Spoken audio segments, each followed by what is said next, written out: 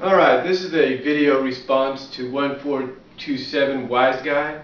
And 1247 Wise Guy, last night you did a video where you talked mainly about the fact that one of the rumors going around for Undertaker at WrestleMania next year, opponent-wise, is for him to face John Cena, and one of the strong reasons for that is to crown an undisputed champion. Now, you say that when John Cena returns from his absence, if you will, depending on what happens, he's going to return as a heel. He's going to make his impactful return as a heel, and basically in your mind, he's going to be revealed as the one that had Nexus interfere in the Buried Alive match. And you also said that Miz is going to become the new babyface of the company. Okay. First of all, let's talk about that. Let's talk about the Miz becoming the new babyface. I agree Miz will become a babyface, and here's why. It may not be during his title reign as champion, depending on how long it's going to be. But he's going to turn babyface because of one reason. Alex Riley. That's right. His assistant, his protege. Don't think for a moment that they're not thinking of putting Alex Riley against The Miz in the near future. Why? Because Alex Riley is what? Miz's apprentice, right? He's playing the apprentice. How many times have we seen the apprentice, a majority of the time, either turn face or heel, but a majority of the time become the heel by stabbing the mentor in the back? I mean, look at Legacy last year. Everyone thought Ted DiBiase was going to turn face, go against Randy Orton as a heel and Cody Rhodes. But instead, WWE decided to take the other route and make Legacy the heels and make Orton the babyface. You get what I'm saying? You get what I'm saying? Okay. This is why I believe Alex Riley is going to make Miz turn into a babyface. Alex Riley, think of it this way.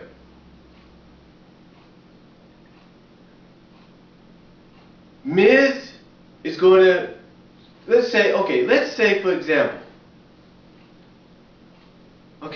example, Miz successfully defends the WWE Championship at a TLC or even on a Monday Night Raw.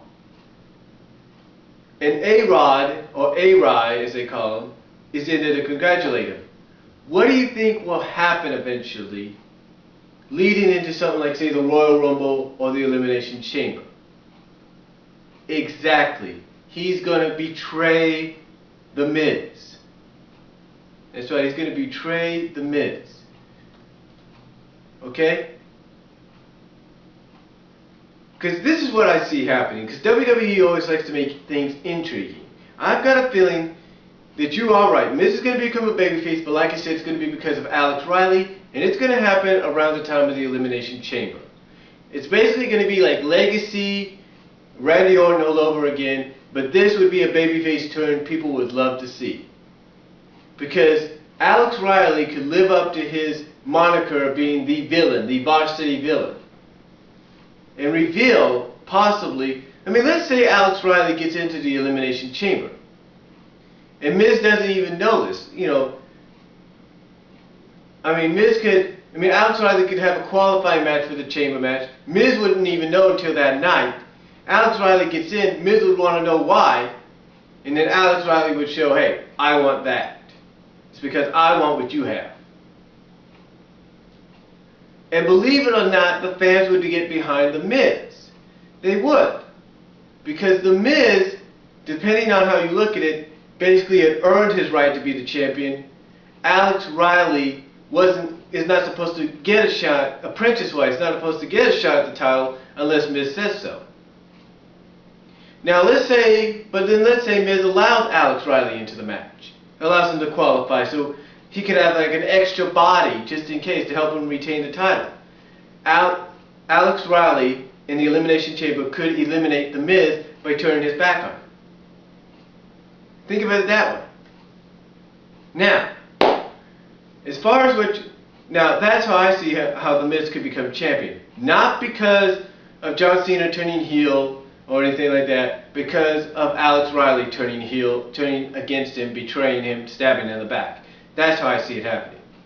Now, as far as the Undertaker-John Cena thing goes, I do agree that John Cena and The Undertaker is one of the potential candidates for WrestleMania as far as The Undertaker's undefeated streak storyline goes. But there's also another name being considered, Wade Barrett.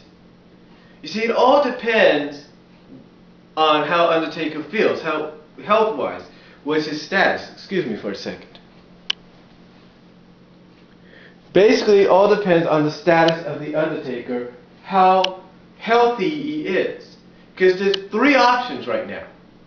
Wade Barrett, John Cena, as you mentioned, which is one of the strong options, and, believe it or not, well actually there's four options. Those options, like I said, are Wade Barrett, John Cena, which are, believe it or not, two of the stronger options, Sheamus, which is a third strong option, and the fourth option would be to have him team with Kane, I don't know how that's going to happen, to face Nexus in a tag team match. Again, it would all depend on how he feels health-wise. Now, the reason they want Undertaker against Wade Barrett is because Wade Barrett is one of the guys solely responsible for costing him his match at Bragging Rights. They could work that storyline in. The reason they would put him against Sheamus is because Sheamus would want to put on another notch on his belt by saying, hey, I put Triple H out, even though Triple H would probably be back by then, but he would be like, I put Triple H out last year, almost for good. Now I'm going to put The Undertaker out for good, as well as end his undefeated streak. That would be something fans would like to see. And then, of course, there's that tag team match, like I mentioned. And the reason for that would be depending on how The Undertaker is healthy-wise. How that would work on that, how that would come about, I don't know. But apparently, it would all depend on how The Undertaker feels health-wise. Because that way, if he's not at 100% but still wants to be there, but still is asked to be a part of this, Kane can work most of the match. But then you got John Cena, like you mentioned, 1427. You say it's going to be John Cena the heel against Undertaker the babyface for the undisputed title. No. The way this is going to happen is due to Vince McMahon.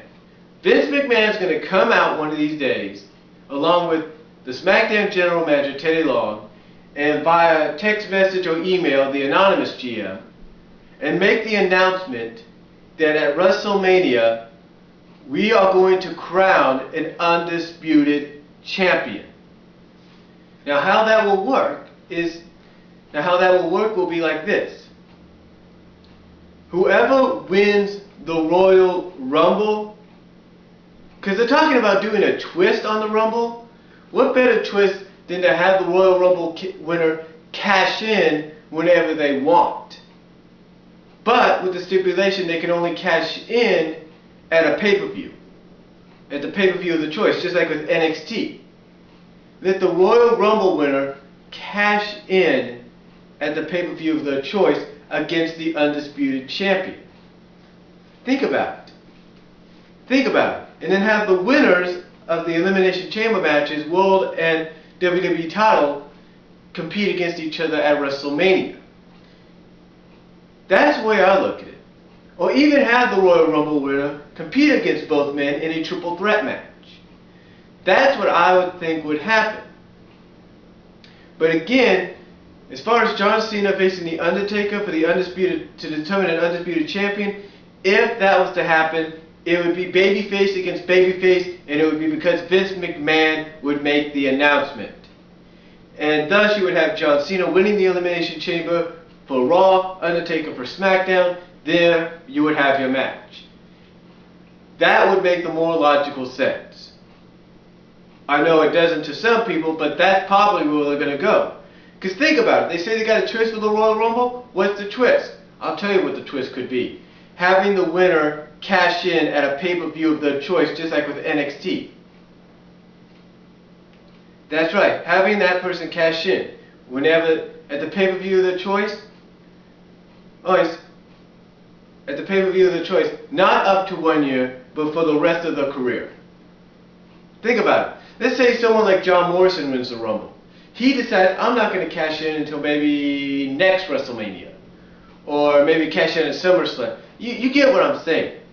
Basically, the winner of the Royal Rumble would be guaranteed a WWE or an undisputed title shot whenever they wanted, on it, at whatever pay-per-view they wanted for the rest of their career.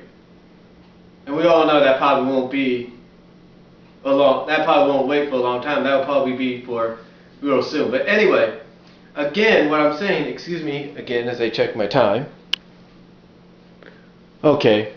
But again, like I said in closing 1427, I believe the only way John Cena and The Undertaker will meet for the undisputed title at WrestleMania is if Vince McMahon makes the match itself happen by saying the winners of the Elimination Chamber will face each other at WrestleMania to crown an undisputed champion, while the winner of the Royal Rumble can choose whatever pay-per-view they want to cash in the Royal Rumble title shot for the rest of their career.